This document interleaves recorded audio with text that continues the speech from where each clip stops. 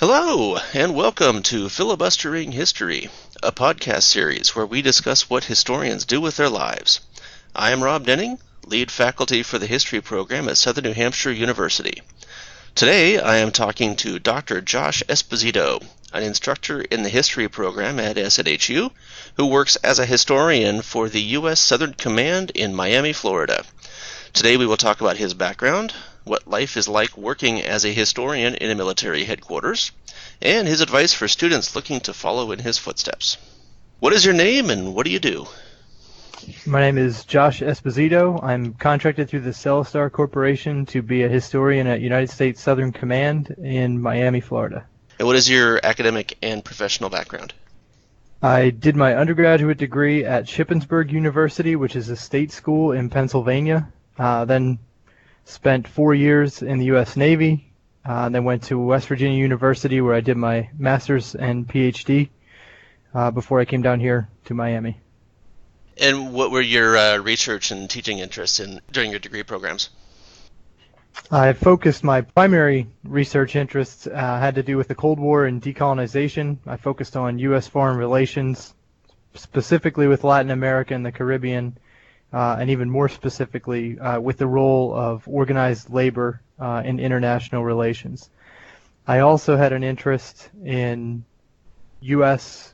domestic history during the 20th century, African American history, political economy, and also more specifically in Latin American history as well, and British decolonization. So I kind of covered all of those areas in my comprehensive exams and teaching fields, but the primary focus being on foreign relations. And at West Virginia, I taught courses, both halves of the U.S. survey, as well as a course on U.S. foreign relations. So your major research projects, like your thesis and dissertation and all that was on U.S. foreign relations?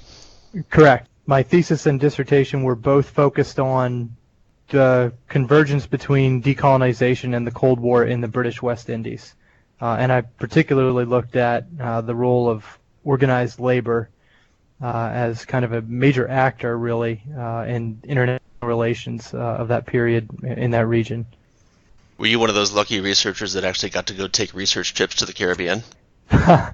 Unfortunately, I did not, but I was able to go to London since decolonization was one of the main fulcrums of my study, of my research. I had the opportunity to go there. Most of the records that I needed were actually housed in London, colonial office records and things. I didn't make it to the Caribbean, though. When I was in grad school, I was an Americanist, and so I never, of course, got to make any grand research trips like that, so I was always a little bit jealous of my world history colleagues who would get to go on jaunts down to South America and elsewhere. My big research trip was out to Simi Valley, California, to the Reagan Presidential Library, which wasn't quite the same as the people heading off into much more exotic locales. No, well, California's pretty far from Ohio, so that's a bit of a jaunt. Yeah. Yeah, it got me out of the house for a while. I guess that's important. Now, London was a nice trip. And so how did you end up working with the U.S. Southern Command? While I was working on my master's and PhD, my primary advisor, was Dr. James Siekmeyer, who started out his career working for the Department of State. And then I also had a close friend, Joel Christensen, now Dr. Joel Christensen, who started his PhD the same year that I started my master's degree. And he also, when he finished, went on to become a historian for the Office of the Secretary of Defense. And through conversations with them and talking about what their career was like working in that environment, it really began to resonate with me as I got closer and closer to finishing and further into the program. The job descriptions they were providing and some conversations that we had really made it sound like that was a field that was going to be appealing to me. Right as I was finishing up my dissertation, there was an opening down here at US SOUTHCOM where Joel had actually interned in the past, and another WVU student, now Dr. Richard Holver, had also interned at one point. So I had a chance to talk with them about the position. I applied for it, and it really seemed like the perfect fit. I had a background, small period of time in the military. My research interests were Latin America and the Caribbean, and US SOUTHCOM is tasked with overseeing an area of responsibility that involves Latin America and the Caribbean. So it really was a good fit for me. I applied for the job, got hired, and moved on down here, I guess, 2 weeks before I defended my dissertation. And I've been here for the last almost 2 years now. That's pretty cool to get the gig before you defend the dissertation, although that must have caused kind of a chaotic moment when you're trying to start the new job and defend the dis. It was, and the other kind of that last couple of months was really kind of hectic trying to wrap up, because once I became aware that I was going to get the job, I still had to finish the last little bit of writing, prepare for the defense, and then after the defense, obviously make the final edits and do the submission. And I'd also already agreed to present some work at a couple of conferences that fell in that same window. So that first 3 or 4 months here was, I guess, a good Miami pun. It was like a hurricane. But it worked itself out. The biggest challenge, I think, really was trying to give the dissertation the attention that it needed to finalize. I think for myself and a lot of people I've talked to, the last thing you kind of work on, the most important part really, is the introduction, laying out what you're going to talk about. And that was kind of a rushed job for me. And then same thing kind of with the editing. I had less time to edit than I would have liked, but in the long run, it was advantageous to be able to transition straight from the PhD program into a full-time position. If there's one thing that seems to be true for all dissertations, though, is that nobody ever has enough time to do all the proper edits and everything. Right. Everyone, no matter how long you take, it still feels rushed at the end. That's true. That's true. I've never heard anyone say that I had plenty of time. It's just I was done and just waiting for something to happen.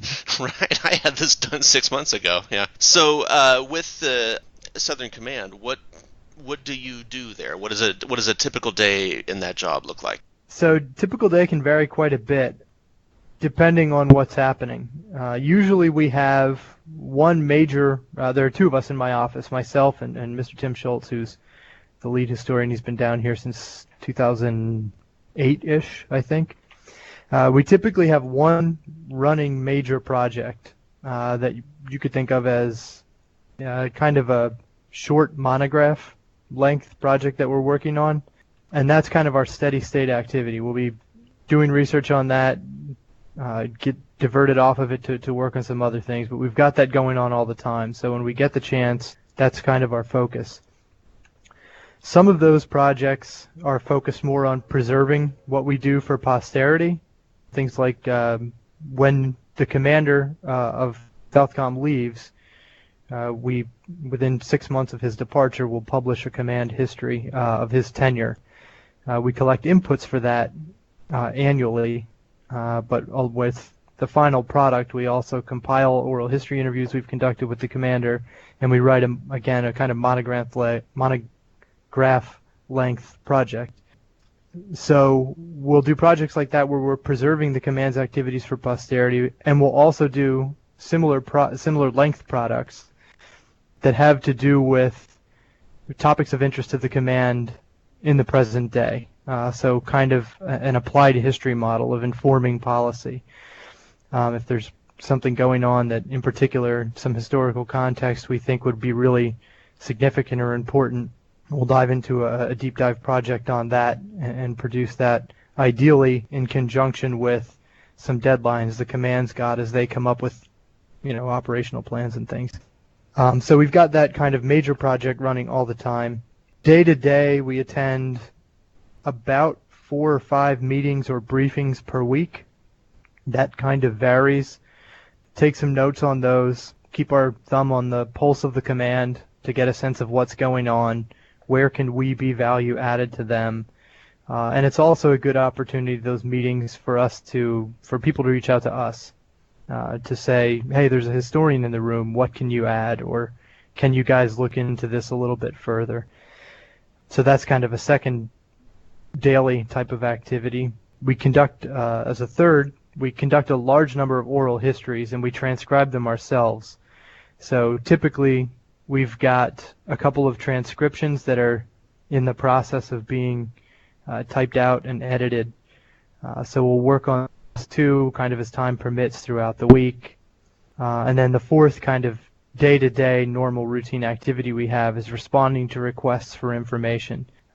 Those tend to come in waves, so sometimes we'll have several at once, sometimes we'll go a few weeks without any, but usually we've got at least one kind of percolating there, something else for us to kind of work on. So it's a pretty dynamic environment in that we rarely have the opportunity to just run straight ahead on one project. There's typically several things happening at the same time, but at the same time it gives us a chance. Between the two of us, we've gotten pretty efficient at taking the lead on this or that particular project, as depending on where they all fall, and balancing those. Really, I guess it's 4 probably main things that we do on a day-to-day basis.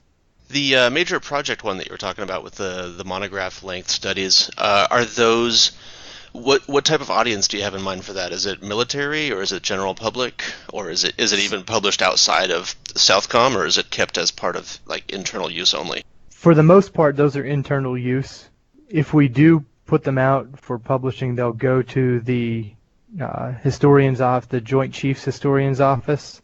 That's something that it may change at some point. Kind of the real challenge we have down here is that there are 2 of us, and we are contracted, so that to some degree limits some of what we can do in terms of engaging outside of the command. I would say one of our primary audiences really is the future researcher coming into the command in 20 years who's going to go to NARA, pull the records, and write about what we're doing, and then they can look at a history we've written on a contemporary topic, or to inform a contemporary conversation, which we always kind of bring in. We try to balance the work that we do for posterity with things that can be informative in the present day. So there's not really quite as bifurcated as I suggested there. We try to balance the 2 within the same products most of the time, with an eye to both the internal audience and the future researcher. I would say those are the 2 primary audiences. You said NARA a second ago. You mean that's the National Archives Records Administration, right? Correct, yes. I'm sorry, I should have spelled that out. It's not a problem.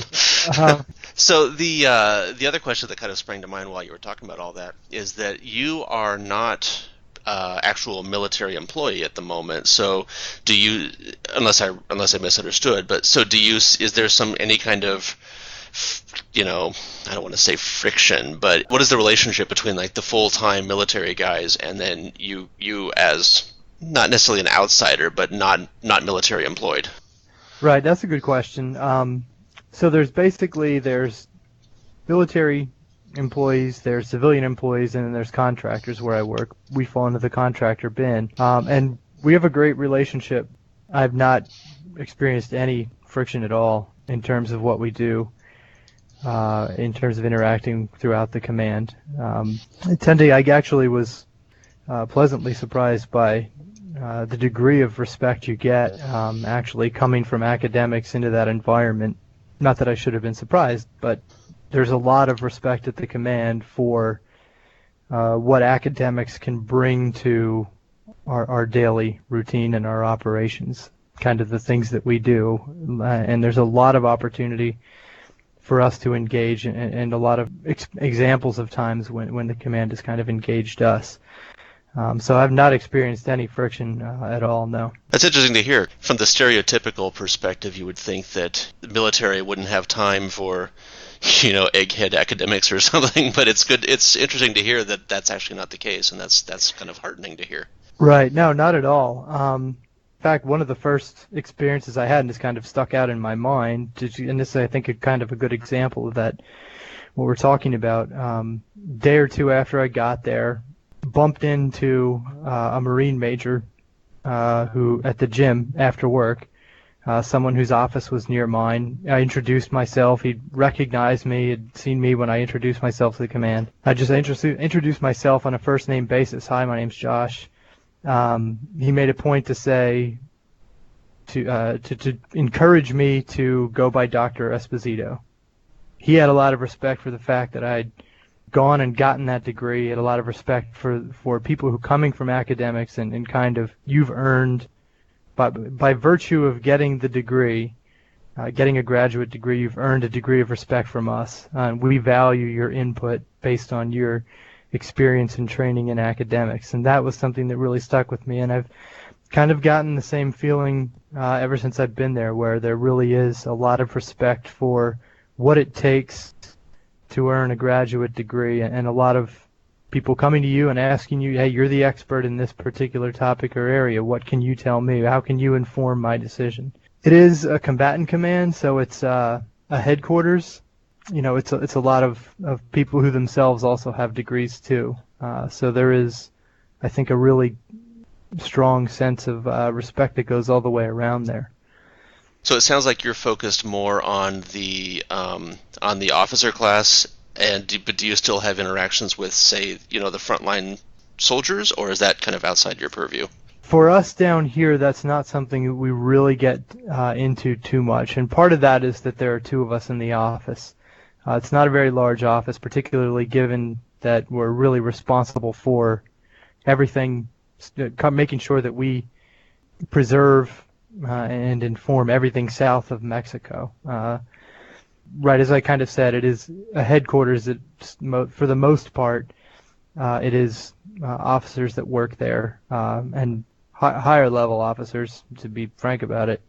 So we don't do too much in terms of the on-the-ground type of tactical history. Very strategic, operational in terms of what we're writing about, what we're researching. I guess the only thing I would maybe add is to say that I was lucky enough when I was in graduate school to have had people around me who'd come from or gone to that type of environment, and I'm glad that I had that opportunity because it made me aware that it existed. It's a career that I love it. I really, really enjoy it, and I would encourage other people to look into it. So that's the sort. I guess this is a good opportunity then to kind of make people aware that there are those types of jobs out there, which you usually, most of us don't think of day one of our master's program. But there's a diverse field and a lot of opportunity for people with a history degree. If you're aware of what's out there, if you're willing to look and to a certain extent take yourself out of your comfort zone, because it's not a typical history environment. You've got to make history work fit for the needs of the command in terms of turnover time and for products to be finished and things like that. So it's challenging, but it's a career that I think a lot of historians would find fulfilling if they knew it was there.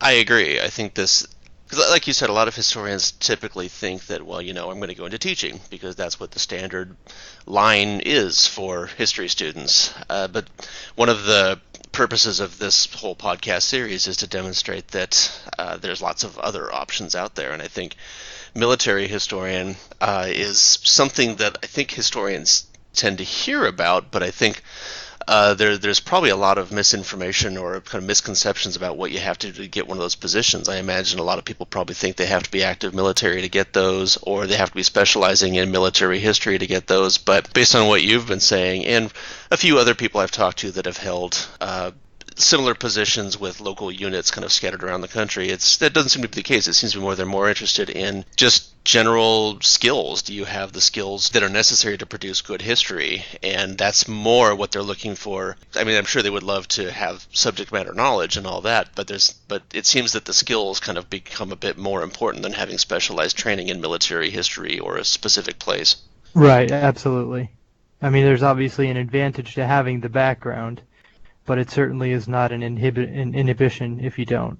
It's not something that's going to inhibit your ability to do the job in any way. Mostly it is, you're right, it's the skills that they're looking for.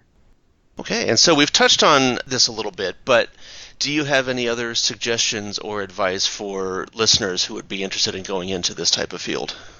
I have a couple of things I guess I could think of. The first would be to, and I'm sure this is the case for a lot of different career fields, but look for internships.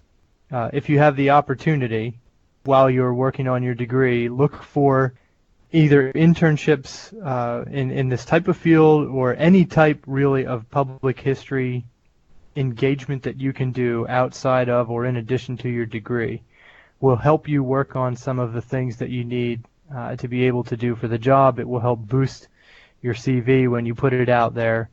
One of the things that I haven't experienced here so much, but I know is the case in other similar types of military history jobs, is that there's an interest in someone who's got the type of skill set that we get in a traditional graduate program, the skill set that I developed in my graduate coursework, but also there's an interest in public history and museum type of skills. Can you balance? Is someone able to balance the research and the writing with some knowledge of preserving artifacts and things? Now, it's not the case in all of these jobs, but for some of them it is. For a lot of them it is, and it's definitely something that I think would work to someone's advantage to get a little bit of background in public history. And public history itself, kind of a broad term. There's a lot of subsets of that, but getting some experience there and just broadening your skill set. You're going to be able to research and write coming out of a graduate program, but if you've also got some coursework and especially if you've got some real-world experience in some type of preservation and museum work, you really make your CV much more robust, much more competitive for these types of jobs. And then the other thing would really be just to, there's a website, usajobs.gov, and that's really where you'll find most of these jobs posted.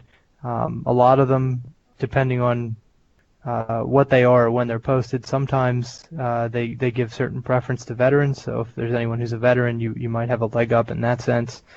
But if you go to the website, that's where you'll find them I imagine when the hiring freeze is over.